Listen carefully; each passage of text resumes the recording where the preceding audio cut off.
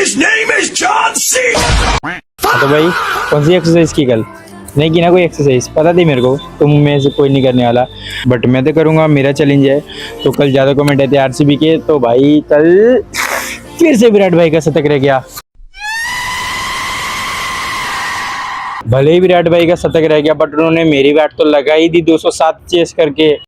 मतलब वो अलग ही लेवल का बंदा था। भाई यार समझ नहीं आ रहा था कौन सी एक्सरसाइज करूँ तो मैंने सोचा प्लैंक ही कर लेते हैं, करना तो पड़ेगा।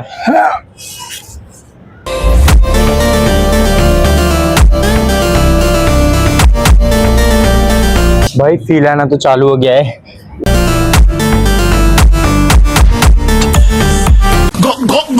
Baप रे Acara.